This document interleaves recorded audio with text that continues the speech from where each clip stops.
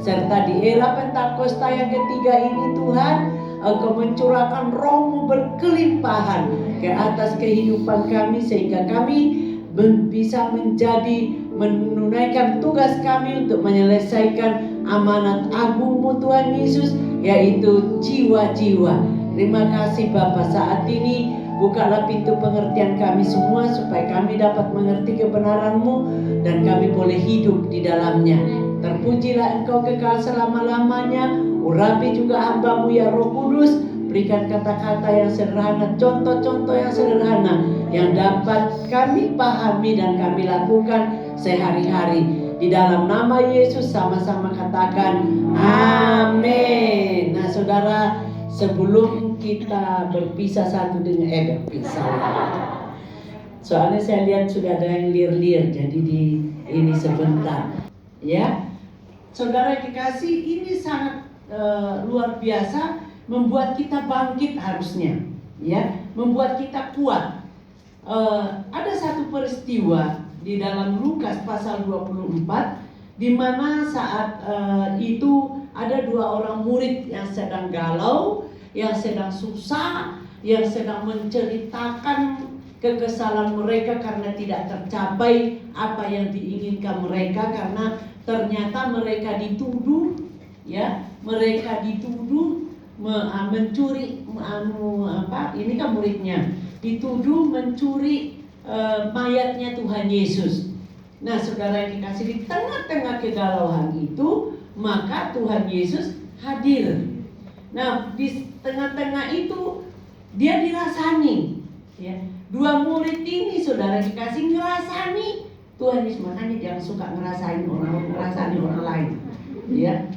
Saya ceritakan sedikit, ada hal yang lucu.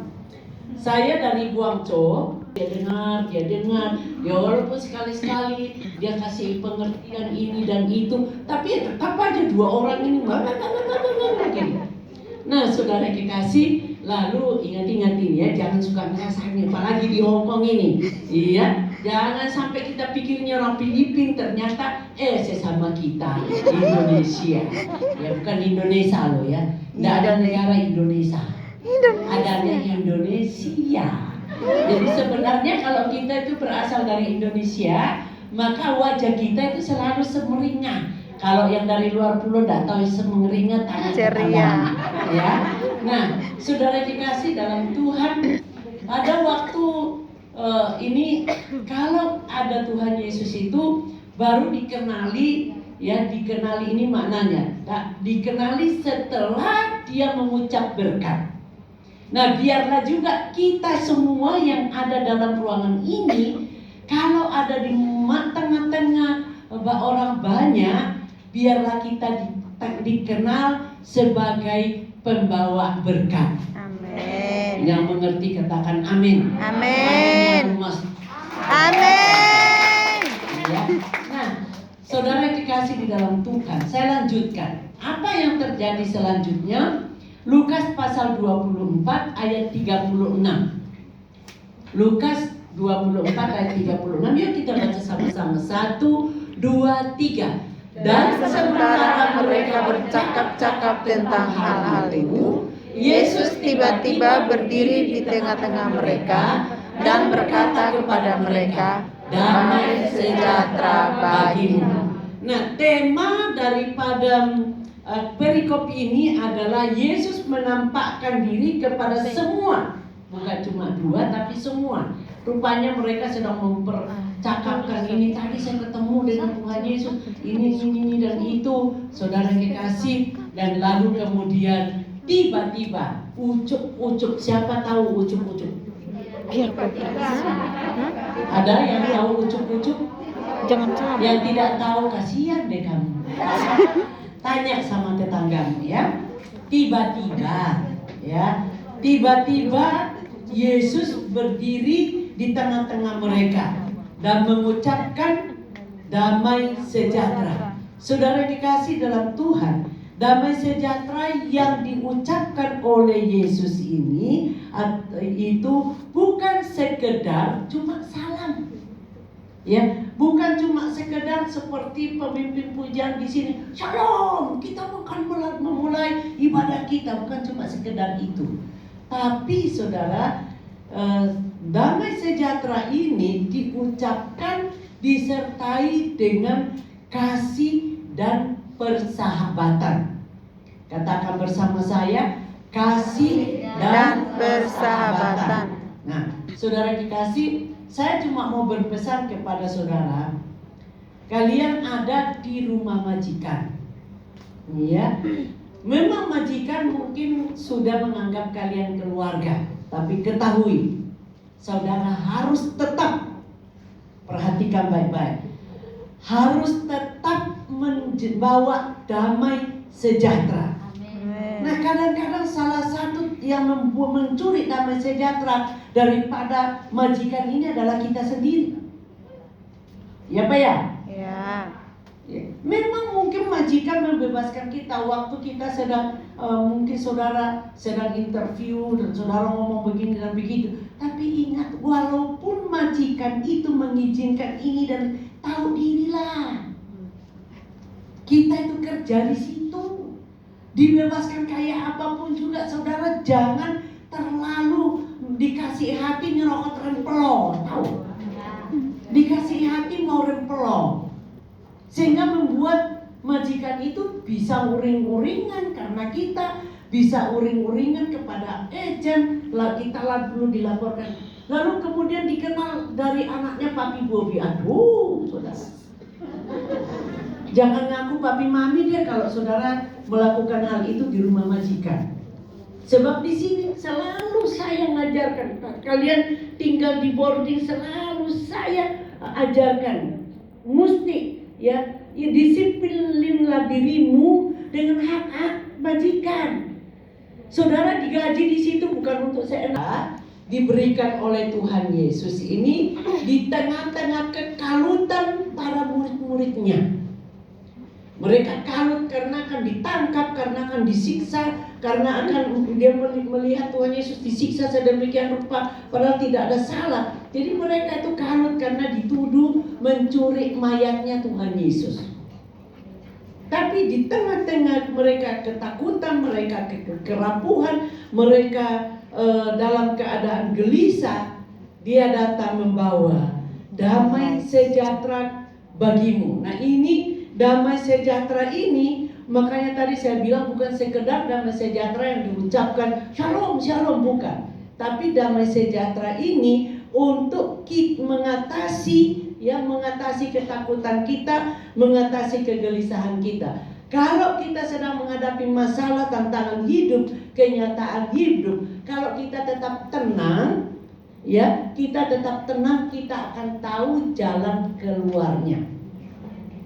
Jadi bukan berarti kalau kita sudah dikasih damai sejahtera semuanya beres, enggak.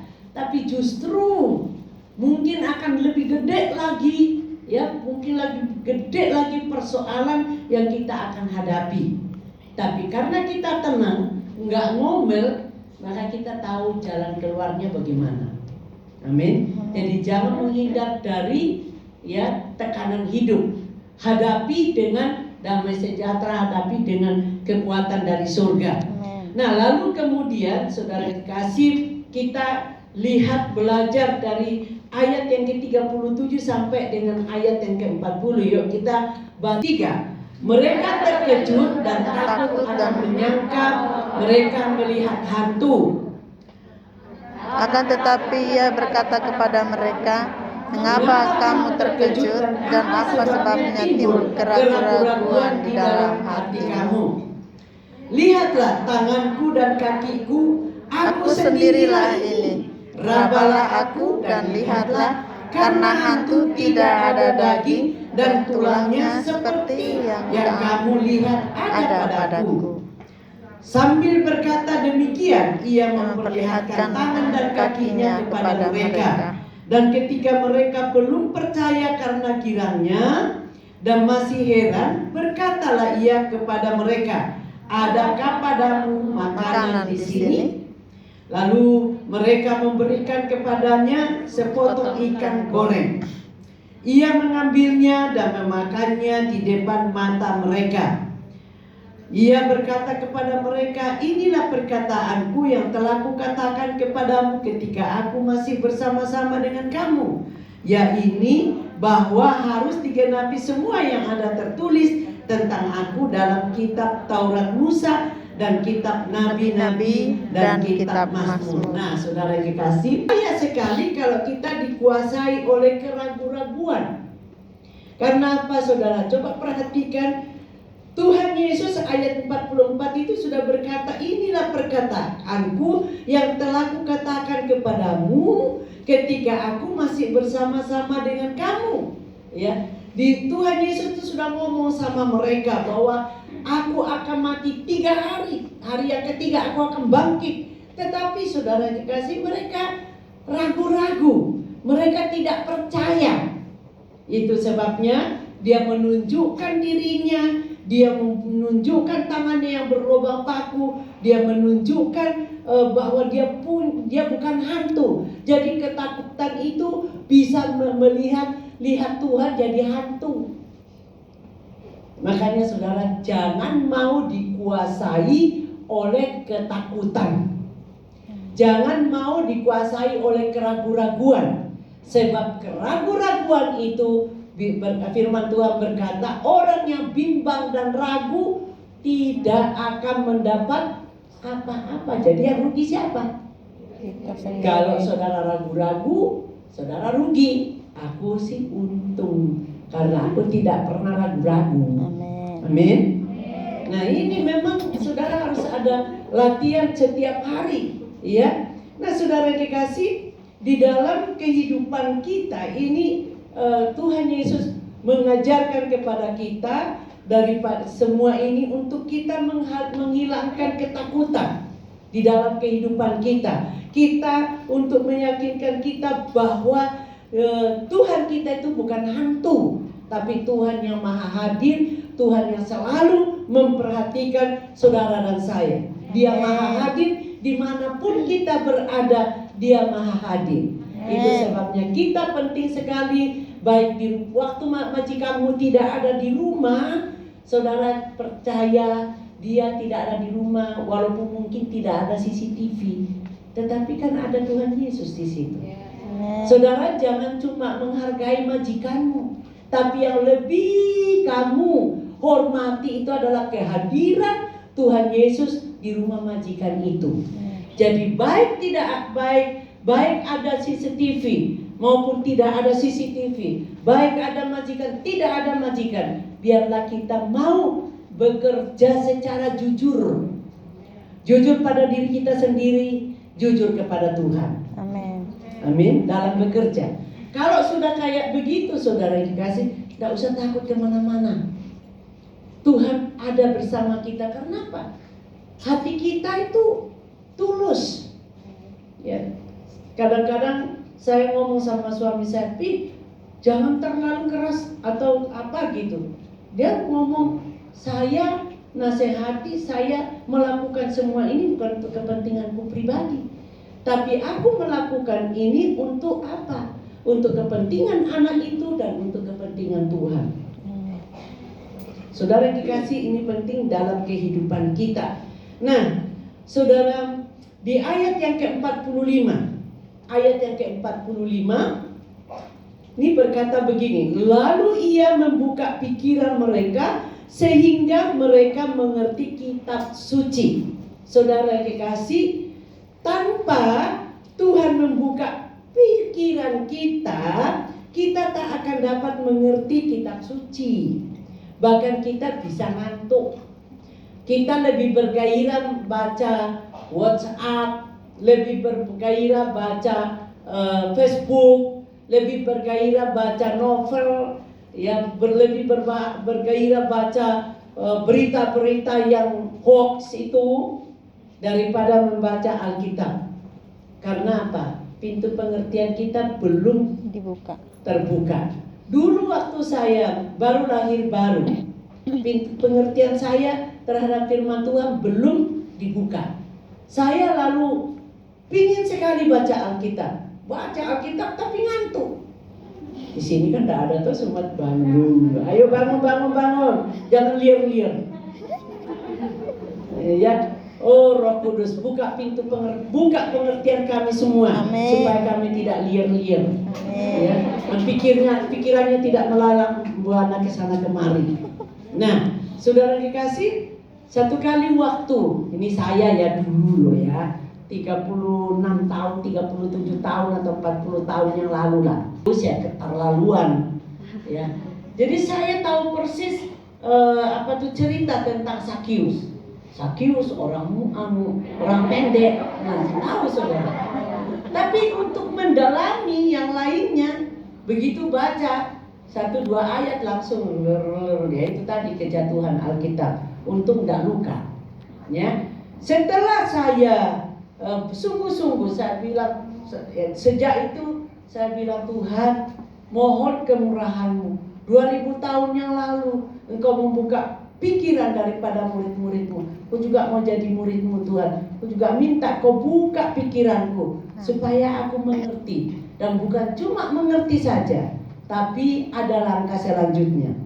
Nah, sejak saya berdoa itu sampai sekarang, kalau saya mau membaca Alkitab, selalu saya berkata, Tuhan buka pikiranku supaya aku mengerti apa yang akan aku baca.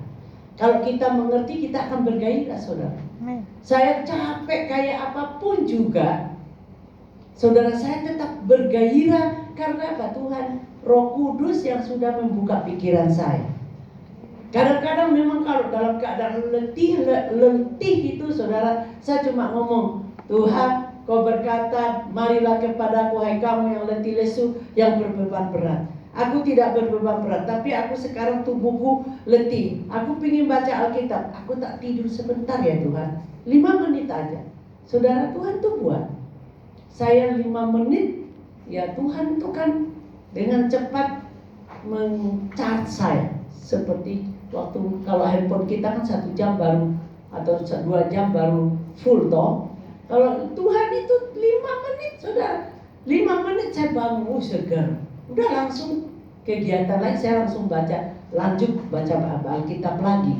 Ya, itu Tuhan punya cara. Dan waktu saya membaca itu, saya mulai dapat sesuatu yang baru, Nah, saudara dikasih, pada waktu saya ke Israel sudah 7 kali, saudara. Nah, pada waktu saya banyak teman-teman yang ngomong begini, kamu enggak bosan, terutama orang-orang yang belum lahir baru. Mereka bilang, orang yang cuma dilihat batu-batu aja kok kamu kok ambil banget, semangat banget ke sana. Saya bilang, bagi saya, ya, setiap dari pertama ke sana sampai dengan 7 kali itu selalu ada hal-hal yang baru yang saya temukan, yang saya dapatkan, kekuatan yang baru. Ya walaupun capek secara fisik, saudara, tapi sesuatu yang baru, hikmat yang baru, pengurapan yang baru selalu kami dapatkan kalau ke sana. Itu sebab saya sedang berdoa lagi untuk tahun depan, kalau corona sudah berhenti. Ya, siapa mau ikut? Enggak ada yang mau. Mulai sekarang berdoa. Tapi saudara, kalian punya paspor enggak boleh ke sana. Kasihan deh. Ada yang wah, saking menggebu-gebunya imannya, wah, ngurus sendiri pergi ke sana. Sampai di airport sana ditolak, saudara, dideportasi, pulanglah dia. Anak kita juga. Ya, dia bilang, lu kenapa ya mami? Li, kamu menyalahi peraturan kok. Ya jangan nangis, terbuang sia-sia. Saya sudah tanya di sana sama tour leadernya yang sana, saya ada kenal. Saya namanya Moses, pernah datang di Hong Kong cari saya di restorannya Koko. Dia bilang, Bu Nelly, saya ada di Hong Kong, ayo kita ketemuan. Di mana? Saya bilang, dia orang sana kan tidak makan apa itu. Saya bilang, kita ketemu di di restorannya anakku. Oh ya, baik-baik, kata.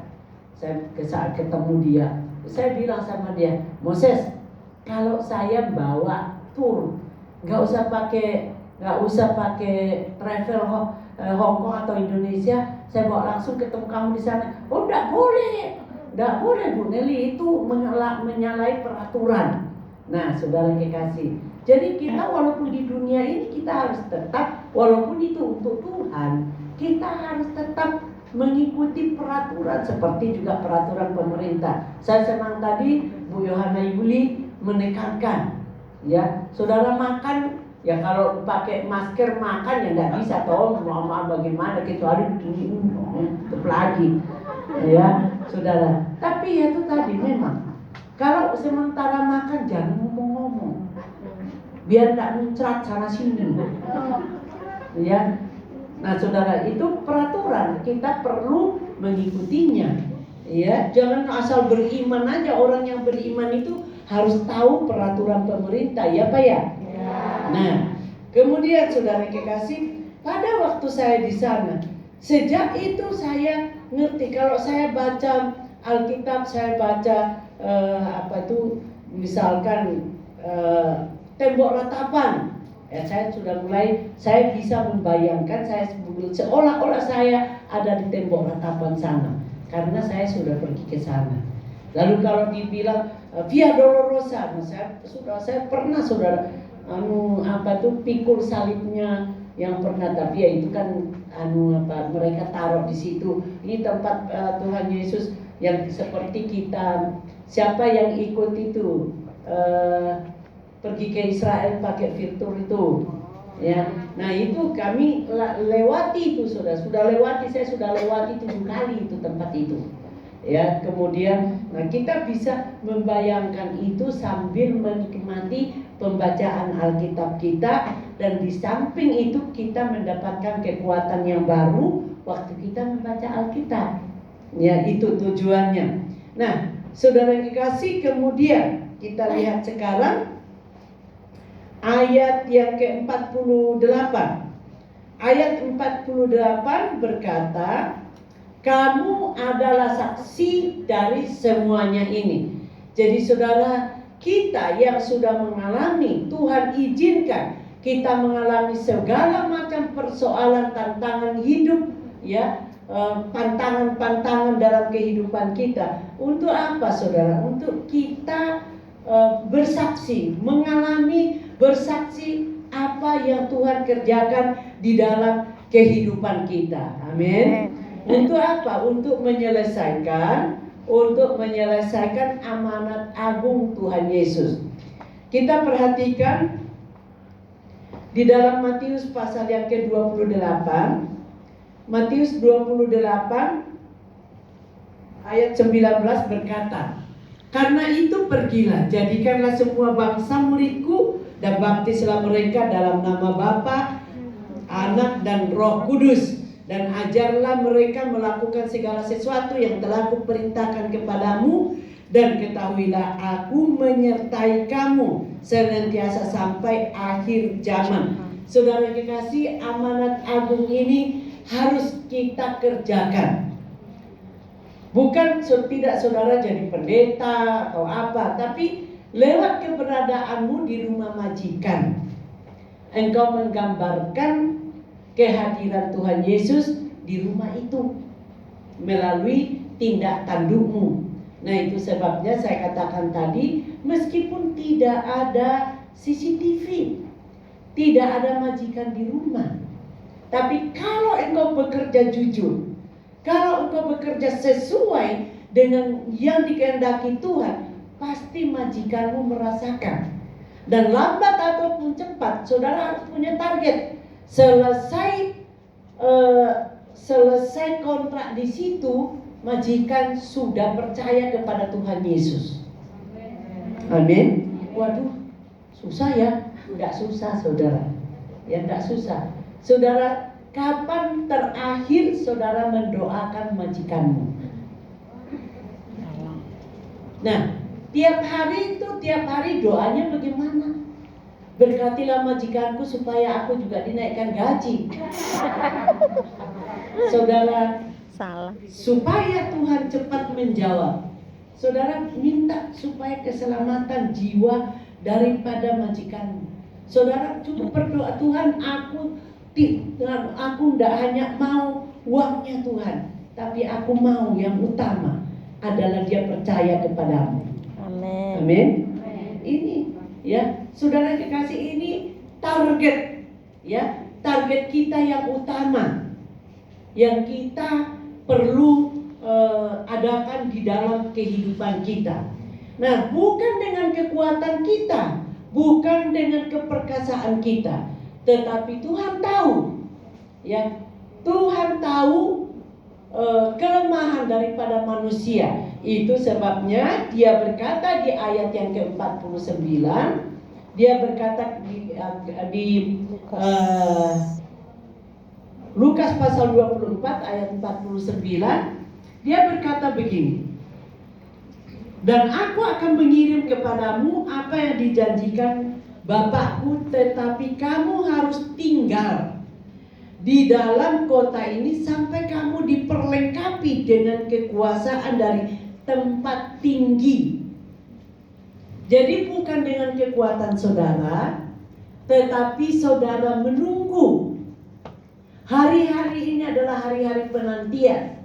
Tuhan datang kepada saudara, walaupun bukan kasat mata, tetapi saudara percaya waktu saudara sedang menyembah Dia, waktu saudara sedang membuka firman-Nya, waktu saudara sedang berdoa, percaya Dia ada di sampingmu. Tapi waktu Dia di sampingmu, jangan saudara, nanti kayak hantu, itu hantu. Bukan saudara, ya. Kita harus percaya bahwa sedang kita membungkuk, sedang kita berlutut, sedang kita angkat tangan, sedang kita menyembah Tuhan, sedang kita berdoa baca Alkitab, percaya Dia ada di samping kanan kita. Amin. Mazmur pasal 16 berkata, Dia berdiri di sebelah kananku, maka aku tidak goyah. Amin. Amin. Nah, ini yang penting di dalam kehidupan kita. Kita tunggu sampai kita diperlengkapi. Kalau saudara saat ini sedang takut, bagaimana ngomongnya, bagaimana ininya, saudara yang dikasih, kalau saudara sudah diperlengkapi, tidak usah takut bagaimana caranya. Nanti Roh Kudus yang akan memberikan kepada kita cara. Amin. Kalau kalau saya belum mengalami, saya tidak akan mengajarkan kepada saudara. Satu kali waktu saudara saya, adik Laura waktu itu masih sekolah, saya pergi ke Australia sendirian. Nah, biasa kalau saya ke Indonesia, selalu saya ngomong ke Tuhan gini, Tuhan, saya minta jiwa. Berikan kepada saya orang yang belum mengenal Tuhan, duduk di sampingku tapi bisa bahasa Indonesia. Nah, dan setiap kali saya pergi itu selalu Tuhan kasih. Jarang sekali Tuhan tidak kasih. Nah, karena saya sudah teringat saya doa begitu, ya saya minta Roh Kudus tolong saya. Aku harus ngomong sama orang ini supaya mereka perlu mendengar siapa Yesus. Saya cerita semua saudara. Nah, pada waktu dari Hong Kong ke Singapura, karena saya naik SQ, saudara, saya tidak takut. Kalau ada orang yang duduk di samping saya, ya saya akan memberitakan siapa Yesus kepada dia. Tapi waktu saya sudah sampai ke Singapura, dari Singapura masih 6 jam ke Australia. Saya tawar-menawar gitu. Tuhan, aku kan tadi berdoa dari Hong Kong ke Singapura, tidak apa-apa. Dan Tuhan sudah kasih saya sudah memberitakan Injil kepada mereka. Perkara mereka percaya, urusan loh Tuhan. Dia kan bukan urusan saya. Kita cuma yang penting beritakan. Dan ternyata saudara, tadi pagi juga saya cerita, saya tidak akan pernah lupa peristiwa ini. Saya minta ke Tuhan, aku mau tidur Tuhan, karena sudah jam 1 malam. Aku mau tidur, aku minta kursi di nunggu itu kosong supaya aku bisa tidur leye-leye. Tahu leye-leye? You know leye-leye?